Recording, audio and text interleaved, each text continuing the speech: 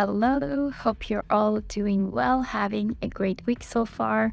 So I am back again to have another conversation on future of wellness. As you know, for those of you who've been following us, I've been talking to super interesting people in this digital health space about future of wellness, and today we have a very special guest which I'm going to invite. Here he is, Jean. Jean, I just invited you, and we'll continue this conversation on future of wellness. There he is. Hello, how are you? Thanks for inviting me. Well, thank you for accepting my invitation. I'm so excited to speak with you and learn more about you. So I'm just going to give just a brief background on you, and then I'd like to hear more. You can tell us all about all the cool things you're doing. So Jean is a top 5, right? Motivational speaker, entrepreneur, scientist, author, biohacker. And, I'm just blown away at some of the things you're doing. I can't wait to learn more. Please go ahead. Tell us more about you. Thank you. Well, first of all, I'm a human. And You look like from another world, like you're very futuristic. Yeah. Well, actually, I do love future, and I think that the future holds a lot of benefit and things that are going to be exciting for everything in terms of human optimization. My main problem is probably being ADD, so I get to touch everything I can and try to learn as much as possible. That's my principle. Outside of being what you said, influencer or whatever. I don't like the term influencer, but I'm a scientist. Yeah. And that's probably the first thing I am. On the same path of that, I'm an entrepreneur. I've been an entrepreneur my whole life, and recently it changed because I've sold my company. And from entrepreneur, I became some sort of employee, and I work for another company in the United States now. This is it. I think that we are going to open door in our world where machine learning, e-learning, artificial intelligence, and all these things will definitely help humanity. I'm the owner of Biohackers Magazine as well, and Biohackers Magazine, my goal when I took over that magazine was to make sure that everything that people consider as biohack or biohackers or biohacking as a backup from science, because after all, biohacking your body is just like using science to optimize what you can do. That's about it. But tell me about you now. No, I was going to ask you, can you, for people, because the term biohacking, everybody here, but unless we're in this field, it's foreign to a lot of people. Like, people don't understand what it means. So I was going to ask you, can you tell us more about that? True. People can understand. So using science for optimal health. Yeah. Actually, you know what? Biohacking, I'm just going to turn off this second screen here. Biohacking is, I think it's a buzzword. It became really trendy in the last 10 years when Dave Asprey came up with the bulletproof coffee, and people started to flood money into what they called biohacking. The scientific community doesn't like the term biohacking because they say that you cannot biohack any cells. You cannot hack cells. You can improve them, you can improve their efficiency or optimize them, but you cannot biohack them. So the terms hacking has some sort of negative impact on that. And I'm trying just to make sure that people understand that biohacker as it is now, because we have to accept that term, is something very safe, and it's something that goes in the right direction of making human better and health better, and overall it's a human optimization. That's it. Trying to improve the way we live, the way we wake up, we take a cold shower, we expose ourselves to sunlight, or we just trigger the right molecules, to make it simple, in our body. And thanks God, neuroscience has brought a lot of feedback and information as a proof that biohacking as it is, or as it was, it's a good thing. 10 years ago, we didn't know that exposing ourselves in the morning to sunlight had that huge benefit. We didn't know that taking a cold shower for 3 minutes would raise your noradrenaline, epinephrine to a top level, and actually give you a boost and better immune system and things like that. This is just science-backed. So that's it. So that's why I like that. Is I'm trying to make a unification between both communities, like biohackers and scientists. I love it. So when we talk about science, do you guys use certain tools to actually like measure this? Like such as, I don't know, like I know about HRV, and are there other things? There's like all these like fancy testings now. Yeah, you guys do. I think that I like the future of wellness, as you said, like the title. The future of wellness starts by the future of biofeedback. We need to know what is happening in our body. Of course, we do understand, and the more you control your body, the more you understand it, and the more you can feel certain things that you don't have necessarily the track of it in terms of data, but you know it. Biofeedback has this great advantage. It gives you values, data. It tells you, okay, you slept in deep sleep for 20 minutes. You slept, you had REM for 2 hours, or you slept nicely for only 4 hours a night. You need to improve that. Your heart is going at 125 all the time. It's not good. Your low and high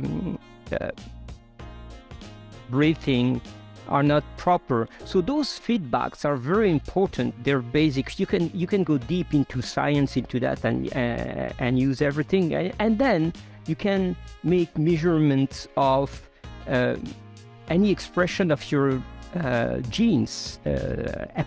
Epigenetic is one of the biggest trends now. That is a serious biofeedback. This is like crazy sick. Before, we never knew. I've studied genetics 20 years ago, more than that, and we didn't know that. We knew that we had a certain sort of genes that were expressed, and they were able to change molecules and stuff like that. But what we didn't know at that time is that you can actually adapt your genetic part of it, at least to 40% of it. So that's different, and that's good, because we're getting in a highway where, like some people say, we can live up to 150 years if we improve ourselves. And that's my goal. And everybody around now, it seems like the longevity, is another term, and people want to live forever, up to 100 or beyond. So that's why all these like scientific measures, but I think they're still coming. When we talk about biofeedback, I know like sleep, there are so many other things, like our emotional health, our physical, like pain management. A lot of things are very, they're very qualitative. They're not quantitative. They just say, are you feeling better? You're like, yeah, but how much better are you feeling? Like, can we measure that with science? Are we there yet? Yes and no. We could eventually measure that, but it's the same concept as what is your level of pain when you have pain. You know, some people are very sensitive to pain and they will say, oh, I cannot stand it, it's 9 out of 10. And some others, for them, it's just like, well, that's just a pinch, it's like 4 out of 10. So that referential has nothing to do with mathematics, and most of science is related to mathematics. So we need to address some models and calculation and algorithm and integration to understand those non-steady values and to transpose them into a certain model that can have value reflected to the scientist or the doctor or whoever it is that can look at it and say, okay, we're going there, but you cannot use only one value for that. You have to compile a lot of values to make some sort of algorithm. On the other side, I think that, again, neuroscience has done a lot in that sense, because psychology was one side of the science, psychiatry was one side of the science before knowing by principle what it was happening in the head of certain people. How do you feel? What's going on? Why do you feel that dark? Neuroscience came the other side, and it was the mapping of how do you feel? What is going on? Why do you feel that dark? My serotonin is low. How do I feel? I have too much adrenaline in my body. I'm nervous. So you match both together, you have a tremendous tool to use, and you can actually give feedback to the people. So this is the beauty of neuroscience, bridging those those concepts and bringing the map and the results together to give a better feedback to the people. I love it. It's more so you need this much more serotonin, this much less. Yeah, and it's always a question of balance. Like that. Yeah, and this is the problem of North America. You know, we're in this world where people think that the magic pill exists. It doesn't exist. The magic pill is yourself. It's like improving the way that you live, paying attention to your body and how it responds to the environment, and then making sure that you're not altering the environment in a way that is going to alter yourself and make you sick. So balance. Yeah. We're in a world, we need balance, we need equilibrium. Absolutely. I'm glad you mentioned that. So Jean, so I've been talking to the reason I started this initiative to Future of Wellness is because with PromptHealth we're trying to encourage all the health and wellness practitioners to keep up with the modern world and what's happening in the digital world, and that's why I started talking to some successful digital creators who are also healthcare providers, and people like yourself, like scientists and people that are working on cool stuff. I mean, when we talk about like future, the future is now. Like, it's already happening. It's not like it will happen in 10 years. It's already happened. That's the only things you control, because what is in the past, it's gone, and it will never come back. What is in the future, you cannot control it. So you have to live the moment, the present moment, and make sure that where you're going in the future has a certain way that you're going to be safe to go. So yes, and keep up with what's happening, because it's changing so fast. And I think people were resistant to like virtual visit before COVID, and now that's just like there's no other way. Now there's all these other things that's happening, and I feel like in healthcare, our traditional model has been so behind, and that's why I don't like the word healthcare. I like wellness, because health is so illness focused and wellness is more proactive. Let's learn all the new things. So tell us about some of the cool things you're working on. Oh my God. Yeah, you know what? I'm working on 50 projects at the time. And in terms of wellness and health, I was actually talking yesterday to somebody that we were talking about the implementation by IBM of some sort of cloud monitoring of patient and other things related to science in general.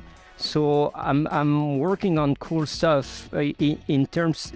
I'm working in a company that we make freezers for storage of vaccines and things like that, ultra low temperature freezer. And I'm the inventor of one of the one that revolutionized the market years ago, 15 years ago. The twin core was my invention. And so I'm just dreaming about having the possibility to integrate artificial intelligence, cloud monitoring, but holographic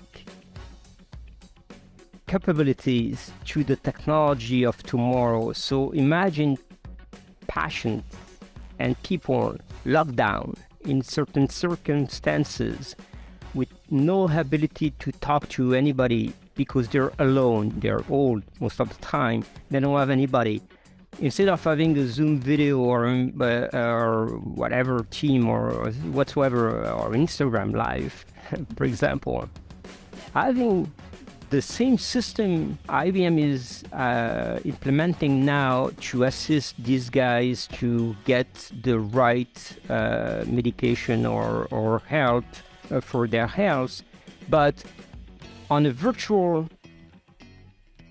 side of it, like you have an hologram created entirely from the body of the doctor that is taking the decision in front of the camera, going into your room in front of you, talking to you. Of course, some will say it's impossible. It doesn't give you the feeling of the skin or whatsoever. I agree on that, but still, remember that most of the old people, they're kind of blind, so they don't see it. But joke aside, I think that if you have somebody that is in front of you, even if it's not a true person, it will still give you, and even if you refute it, it will give your brain the sensation that somebody is present in the room, and you're going one step further in terms of wellness and healthcare. So this is the, I think, speaking of futuristic, I've never heard of this. So how does that work? Like, how do you get like a hologram of a person?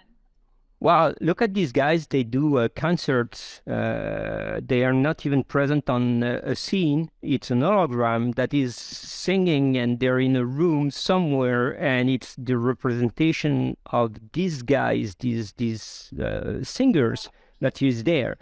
It's the same process, same concept. Instead of a guy singing, it's going to be a doctor telling you something, or a nurse telling you something. That's amazing. So, I mean, now we're talking beyond virtual remote monitoring. Like, all that stuff is in the past now. Right? Yeah, it's in the past. It's and it's not that far. When you look at it, I think that in less than 3 years we're going to be there. The future is now. The beauty of our world today is the fact that when you look at the curve of history, it was like some sort of incremental curve, but we're in a phase where it's exponential. Hopefully not the planet destruction will be exponential, but everything that we do goes exponentially fast on the top of it. So 3 years ago, Zoom was not even existing. We were doing stuff on Skype at that time. People would travel for 1 hour meeting. Yeah. I do remember a fax machine. I mean, it's not exactly. It's still like medical offices. Yeah, I think that the only one using fax machine are government-based stuff, because they're like crazy dinosaur and they're not capable of changing that fast. Just still have it. Because of the paper track, but even there, it's not necessary. When you look at all the data logging that you have and the possibilities, it's even safer to save reports in the cloud than on a piece of paper, and it's going to last longer. Just adaptation. Everything is related to Darwin, the law of evolution. The one that will not adapt will just pass away. And that's exactly the purpose of all these conversations, to speed the adaptation. Because whether we like it or not, you have to adapt that. You have to. So the sooner the better.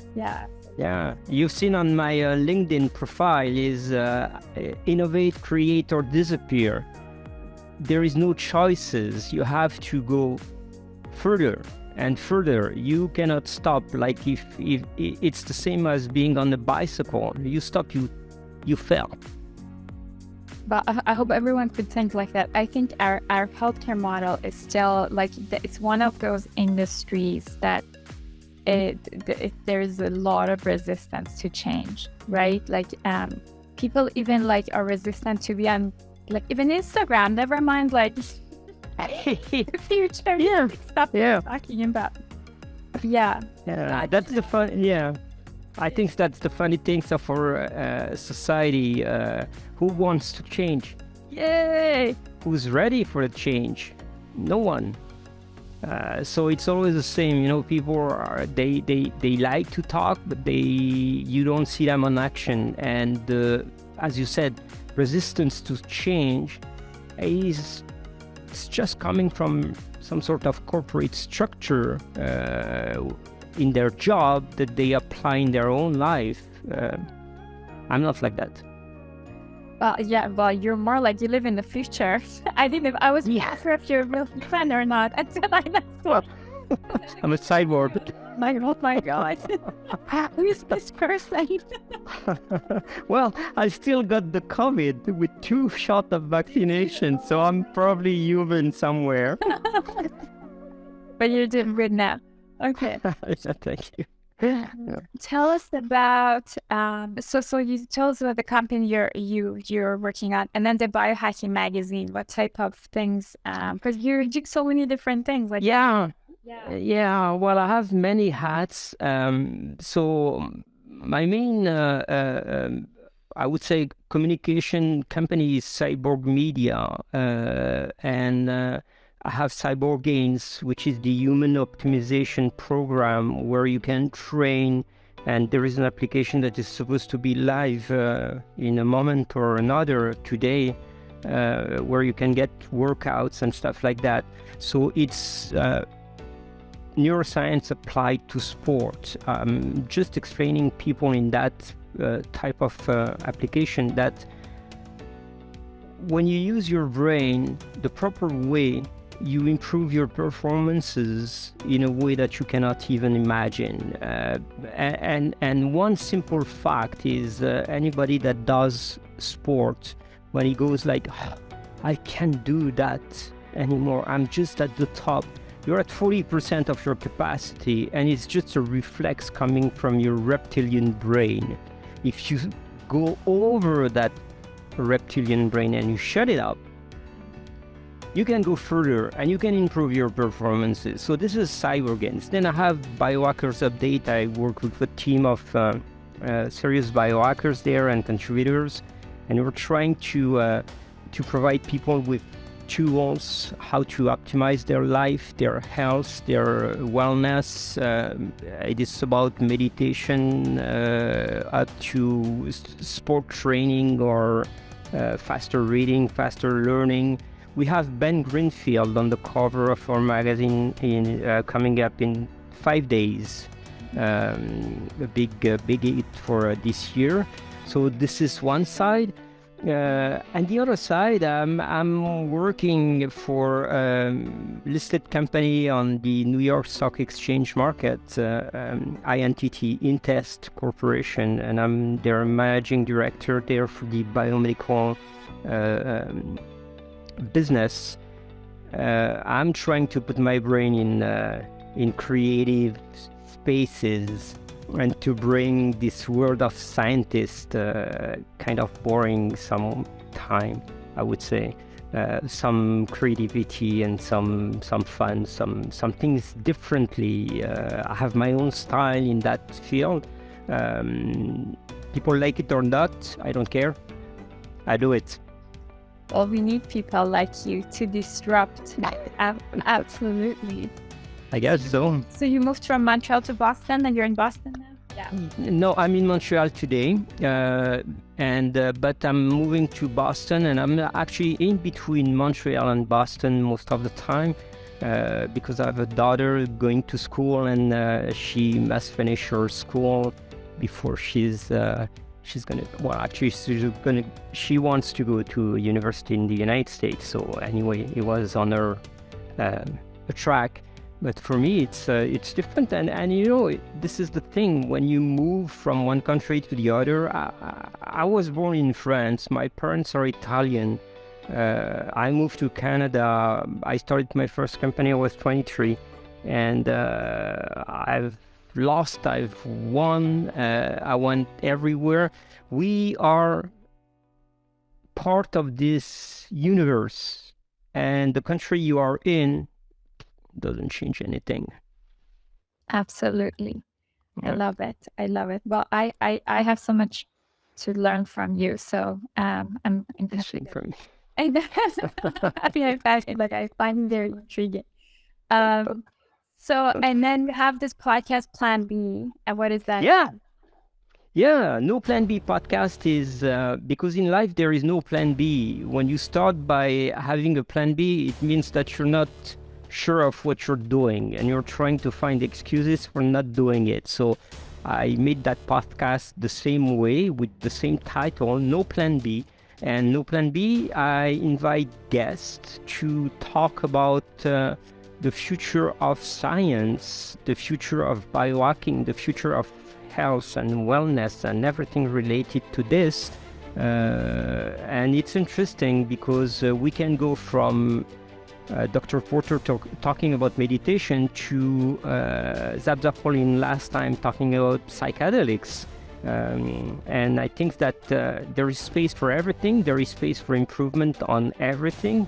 Like, for example, when you talk about psychedelic, years ago, we were thinking that it was a bad thing to have psychedelics and mushrooms and things like that. Now you look at Johns Hopkins, they have a full department and lab doing research on that, Stanford as well, and I think Stanford, but many universities and research labs are working on that, and it's fantastic because it seems to be resolving problem related to post-traumatic syndromes and stuff like that are like very, very, very serious issues for some people are just like struggling in life. Well, I think the whole world has gone through trauma. So we all have PTSD after this, and we can research. It's true. You are right on that. I think that the world has changed for sure. But I trust humanity, and I think that we will recover not like from a traumatic syndrome. We will recover like a shock in our life. Of course, it is a shock. I think that people will keep hugging each other, COVID or not COVID. It's gonna come back, and for that, my trust goes into next generation. The generation after us are awesome. The Gen Z, like I have a 12-year-old daughter, and they are just amazing. Like and like with the because they've lived in the digital world, they don't have to adapt to it. They excel like with everything. Like everything I create, my daughter can create like in half, more better than me, right? And they have one quality that we haven't our parents didn't do a good job for I would say 90% of the population in the world, they have empathy. They believe in others. They care about others. We have been so freaking selfish, and our world is like that because of that. Yeah, they're more focused, that's for sure. Yeah. We're egocentrically centered on ourselves, and we chase money and dreams, and we're trying to catch cloud. Next gen is not like that. This is the beauty. This is our world is going to be super cool, but if we live up to 200, we're going to say like, if we all do the biohacking techniques, maybe we live past 100 and to see what the Gen Z is all about. Past 100 is going to be an easy job. The crucial dilemma to work on is, okay, you can live up to 120, but you need to be optimal. You need to be efficient. You need to be able to move. You need to be able to eat, to do things, because living up to 120 and sitting in a chair, exactly. Not for me. Absolutely. Totally. Yeah. There's so much happening when we talk about future of wellness. Obviously, there's all the scientific side, which you're in it, with the biohacking, epigenetics, and everything that's happening. And then there's the creator economy that's exploding. I'm trying with PromptHealth to encourage healthcare providers to also become creators, because we have to combine the best of both worlds. And again, change is hard, but it's gonna happen.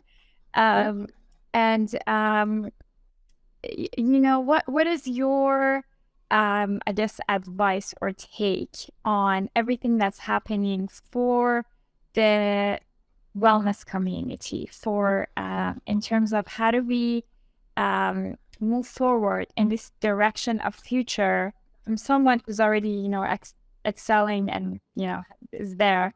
What is your advice? It's very simple. Most people forget to live the way that we are meant to, and it's in simple principle and things, and basic. You want to perform in life, you have to be optimized. You want to be optimized, follow this simple rule. Wake up early, drink water, expose yourself to sunlight, practice cold shower, practice meditation, care for your others, families, friends. Go talk to other people. It's good for your brain, and it's proven to extend longevity.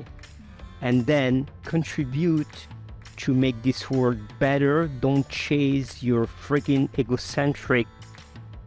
We are not our cars, we are not our wallet, we're not our shirt or watch or whatsoever.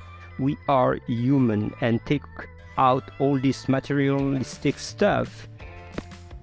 Look at you and think, am I doing a good job? Am I helping others? Am I contributing to this world in a way that I'm improving what is coming after me? If the answer is yes, you're good. If the answer is no, go back and start again. I love it. So good. So great. When you list biohacking techniques, are those the things you talk about? Yeah. We call them biohacking techniques, but cold exposure or a cold shower, it's part of biohacking. Drinking water, which is natural things to do because we're human, they call it biohacking. It's not even biohacking, it's hydration of yourself, but the overall has to be named. And like everything in life and in our society, we like to put stickers and drawers where we can categorize stuff, so we call it biohacking techniques. But those simple rules, when you look in terms of neuroscience feedback on what I've just said before, it's fantastic because exposing to sunlight, your serotonin gets to the certain level you need for the day. Your sleep pattern will improve because it's important that in the first hour after you wake up, you see the sunlight, because when you're going to go to bed, the release of your sleep hormone will be triggered the proper way. So those are simple things that you can implement in your everyday lifestyle, but they are big in terms of results. And if you improve those simple factors, you're going to be a better human because your brain is going to function way better. And if your brain functions better, you're going to help others to improve themselves as well. Absolutely. So can I summarize that? Because this is big. Let's go. Wake up early. So do you call it actually biohacking techniques? Yeah. Okay, That's why, yeah, it's in my book actually. I wrote a book, and they're just like techniques how to improve your life. But seriously, I feel underachieved now because I thought I don't have enough time. But like, where do you find magazine podcast? Yeah. So you are a superhuman. I think you're very humble. You are a superhuman. Thank you. So wake up early, cold shower, sunlight, help others, talk to someone. What was the other, like, what am I missing? Yeah, well, you can hug someone. It's even better than just talking. Yeah, and Eating is biohacking? I'm sorry? Do you talk about eating certain things in biohacking? Yeah, well, you know what? I'm this type of guy that I don't believe in diets. Our body is made to have almost everything that we can have as elements, so I don't restrict in anything. I like fish better than meat, but I'm not a vegetarian. I don't follow a keto diet, for example. I'm just going with the flow, and I feed my body when I can. Some people say that you can do intermittent fasting, and I actually do intermittent fasting once in a while because it's very beneficial for the body. So those are biohacking techniques as well. Like you eat in a 8-hour time frame, and you don't eat for 16. We call them biohacking. I call them just like natural, holistic, or way of surviving. That's kind of, I just remember like that. Just because I don't have time to eat breakfast, I call it intermittent fasting. But I love the things you touched on, because when people hear the term biohacking, and I'm gonna admit even myself, because it seems very like scientific, you don't think it would involve the social, emotional well-being, which here you refer to, because when we talk about connecting with others, like hugging others, like contributing to the world, those are all the emotional, social well-being components, which when we talk about holistic wellness, it encompasses everything. It's not just physical, but it's also like mental, social, emotional, all of that, right? In order to be a full person. We are energy, as simple as that. We start by energy. We produce energy, we waste energy, we use energy. We are energy, and energy comes from electricities and vibration. So everything you do after that, it's all related to energy. So yes, I agree, totally. That part is as important as reading or thinking or meditation. Respect your own energy, but respect the energy of others as well. I think it's important. Yes. Yeah. On your, I was looking at your website, and there was is that your course that to become a cyborg? Is that a yeah? Is that a course? Yeah, it's my book is called Neuroscience Calisthenics: How to Hijack Your Body Clock, so you can reverse your age by doing some practices and going backward in terms of cellular aging. The main problem for body is the main problem for society. It's related. Senescent cells create dramatic confusion in our body and make us getting older and dying. And senescent people, I would say, like people that are like toxic for others, are creating the same thing in our society. They make our society dying and getting older in the bad way. So to go back to your question, my book is about biohacking in general. Become the real cyborg or train like a cyborg is more oriented to sport and how to train to be able to do what I'm trying to show on my post. I don't think that's yeah. I don't think I can become a cyborg. But... Oh yeah. You know what? Everyone, 100% guaranteed. Everyone. Thank you. I love it. And I come from an athletic background. I've done triathlons and stuff like that. But when I watch that stuff, I'm like, so with that background, 6 months. Really? Yep. Oh yeah. Okay. I have to. There you go. That's my next challenge to become perfect. The captain of the cyborg. This is so cool. Any takeaway, Jean, for anyone? Any final message or key takeaway for anyone? It's been a tough couple of years for everyone. Yeah. And I actually just wrote an article that I'm submitting right now about that, mental health crisis and how everyone are alone. And you should send it to our magazine. We could publish those type of articles. Yeah.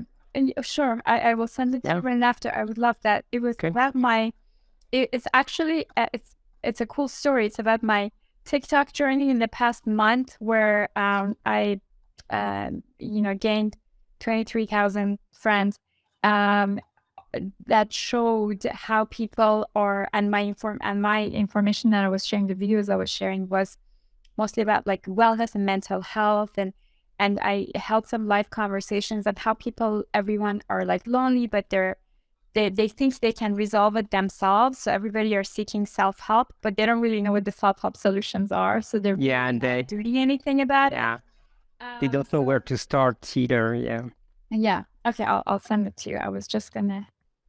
Well, I think that it's been harsh on many people, and one of the saddest statistics I've read recently is that the intellectual coefficient, not only the IQ but the emotional intelligence as well, of kids that were born before COVID, 2-3 years, and during COVID, for the first time in the last century, is going reverse, which is not good. We haven't done, and I think our government haven't got through the proper measures, or they didn't pay attention to the impact of what they were creating. I'm pro-vaccination, I'm pro-mask, I'm pro-everything, but to certain limits, and it's gone too far. And why is that? It's because, look at it. Decisions on the top have been taken by scientists. Scientists, they don't like to take risks. They're not entrepreneurs most of the time. So they go on the principle of the less risk for the maximum people involved. They get those information over to politicians. Politicians, they want to keep their mandate and make another one because they make money out of it.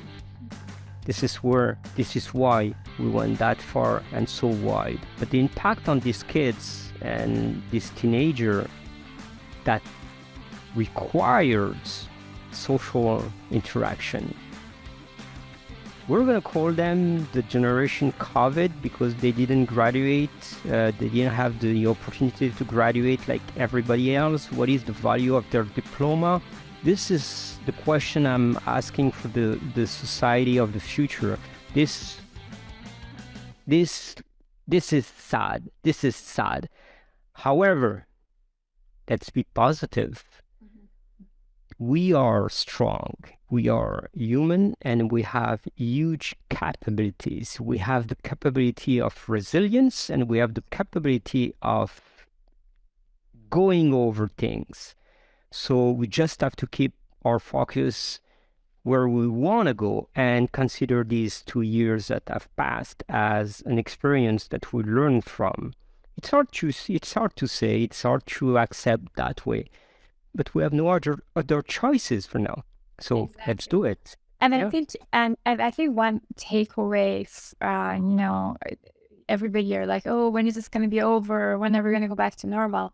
And I think a lot of us are realizing what we had before was not necessarily like normal because we appreciate a lot of the things, like the power of touch, language, everything, right? That we never did before. So our whole perspective in life is going to be different, right? So I think maybe, it was an opportunity, and a lot of the people who took advantage of the opportunity of this reset button to discover themselves and become the better their family. How many people, how many women had children, they never played with them. They had a nanny or they sent them to a nursery or school or whatever. They just learned, oh damn, it's cool to play with my own baby. This is fantastic. How many people wants to go back to work now? Look at this. It's a problem in society. No one wants to go back to work. They just like, I want to work remotely. That's fine. It's changing our society. It's changing the way that we're doing business in general. I love it. Let's keep going, not with viruses, but let's keep rocking it that way. Let's make people happier. Yes, I love it. What a great way to end this conversation. Thank you. I really enjoyed this chat with you. Thank you so much for the time to. Great pleasure. Yes, I learned a lot, and hopefully, I'll see how I can become a cyborg. That's it. And don't forget to send me the article. I'll forward it to Dallas. So definitely you can contribute to our magazine, and it will be our pleasure. Amazing.